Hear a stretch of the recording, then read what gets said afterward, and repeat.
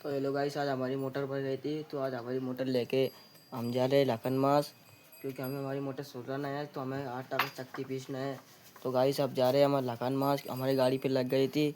अब लखन मास के लिए चल देंगे हम। खुल रही थी, अभी हमारा बॉस मोटर खोल रहा है क्योंकि हमें लखन मास जाना, जल्द से जल्द मोटर भरवा के लाना। रास्ता पे देखिए हमारा बॉस भी है। लखन मास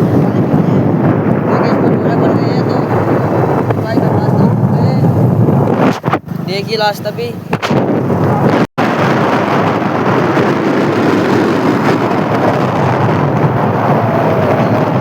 हमारी मोटर घरघड़ी लसक के जा रही थी।